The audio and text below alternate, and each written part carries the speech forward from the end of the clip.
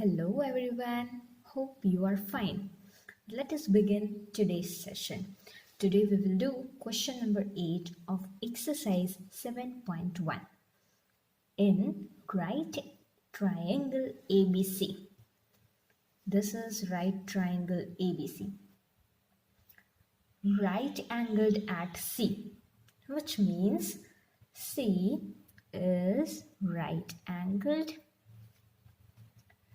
M is the midpoint of hypotenuse AB. For this triangle ABC, AB is hypotenuse and M is the midpoint of hypotenuse. Now M is the midpoint of line segment AB, which means AM will be equal to BM. Then it is produced to a point D such that DM is equal to CM. So DM will be equal to CM. It is given. Point D is joined to point B.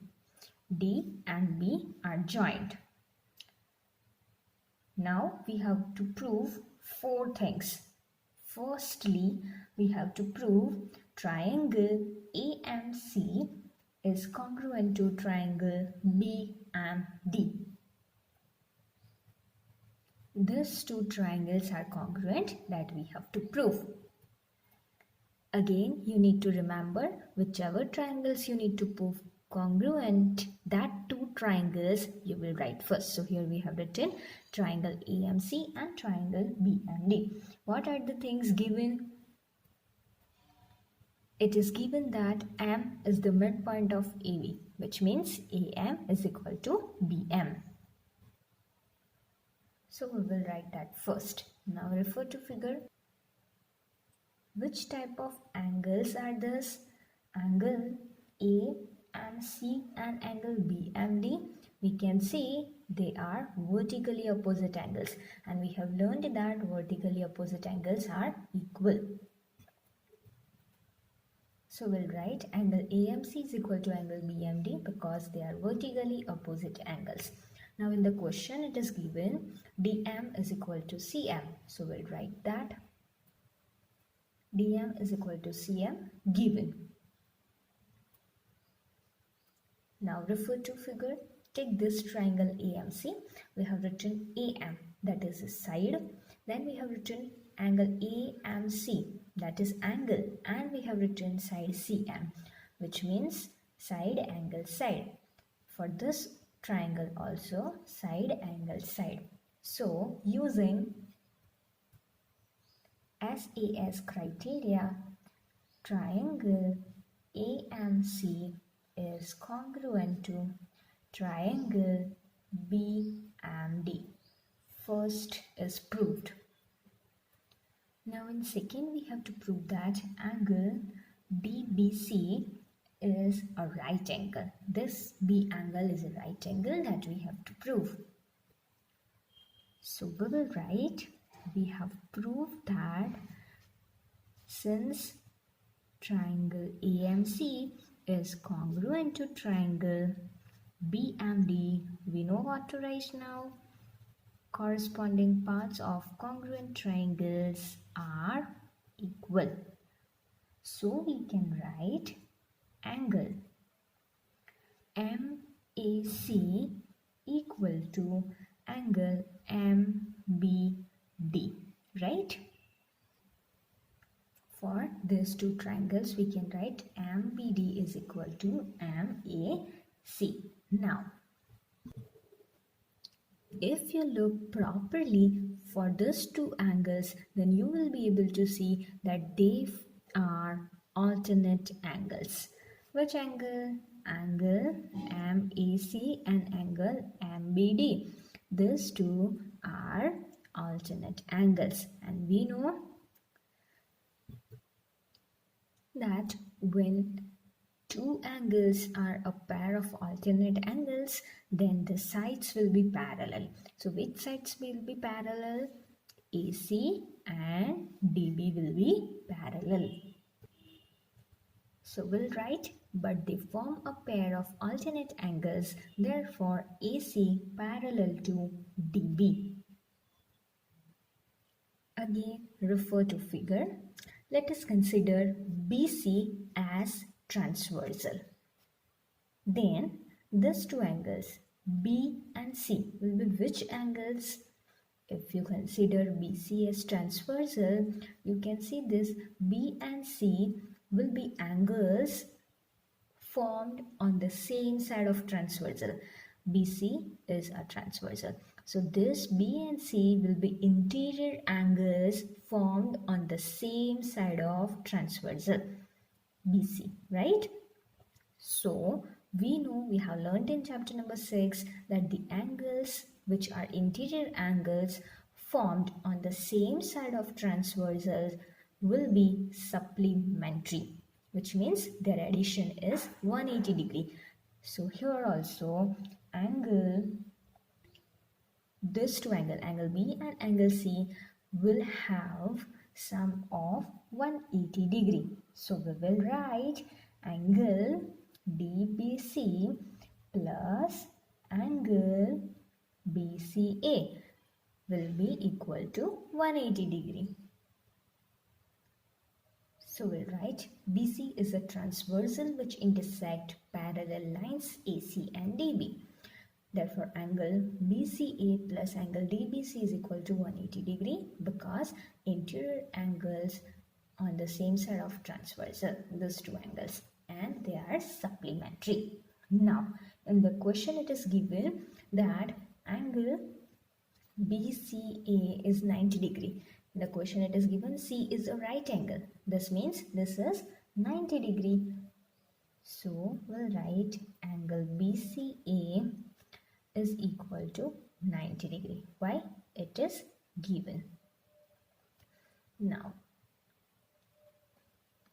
in this equation, if we keep the value, then DBC will be what? DBC will be 180 degree minus 90 degree. Therefore, angle DBC is equal to 90 degree. And it is asked to prove that angle DBC is 90 degree, right? It is a right angle. So we'll write, therefore, angle DBC is a right angle, which we have proved. So we'll write, it is a right angle. Now let us see third. In number 3 it is asked to prove triangle DBC, this triangle, and triangle ACB. These two triangles are congruent. That we have to prove. So first we will write, since triangle EMC is congruent to triangle BMD. This we have already proved, right? Corresponding parts of congruent triangles are equal. Therefore, we can write AC is equal to BD. AC is a side of triangle AMC and BD is a side of triangle BMD.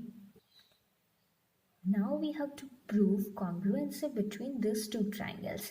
So we'll write in triangle DBC and triangle ACB. We have proved that AC is equal to BD. So we can write BD is equal to AC. Why? Because we have proved.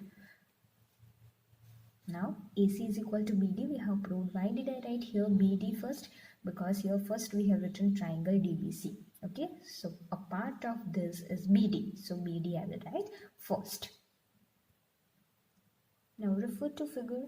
In the question it is already given that C is a right angle, which means ACB angle will be 90 degree, and we have proved that angle DBC is also 90 degree. So both are same. So we will write angle DBC is equal to angle ACB. Why? Because They are of 90 degree. Now, see this side BC. It is a part of triangle DBC also. It is a part of triangle ACB also. What can we say about this side BC? It is common in both the triangles. So we will write BC is equal to BC. Why? Because it is common in both the triangles. Now what do we see? This is side, this is angle, this is side. We have taken AC, that is side. Then we have taken angle ACB, that is angle. And then we have taken side BC. So you can see these are two sides and this is their included angle. Same way, DB is a side, then angle BBC and then side BC. So these two are sides and angle DBC is their included angle. So according to which criteria? Using SAS criteria, triangle DBC is congruent to triangle ACB. So we have proved number 3. Now let us do number 4. In number 4 it is asked to prove CM is equal to half of AB. First of all we'll write, since these two triangles are congruent, their corresponding parts are also equal. Therefore, we can write DC is equal to AB, right? Because DC is side of this triangle and AB is side of this ACB triangle. But you see in the question it is already given that DM is equal to CM. So we'll write that. Therefore, we have proved that DC and AB are equal. But in the question it is given that DM is equal to CM. What does that mean? CM is half of DC, right? Because DM and CM are equal. Therefore, CM is half of whole DC. That is why we can also write that CM is half of AB also. Why we can write that? Because DC and AB are equal, which we have proved. So we will write CM is equal to half of DC. Okay, but DC and AB are equal, which we have proved. So in place of DC, we can write AB. Therefore, CM is equal to half of AB. This we were asked to prove, which we have proved. Here we completed question number 8.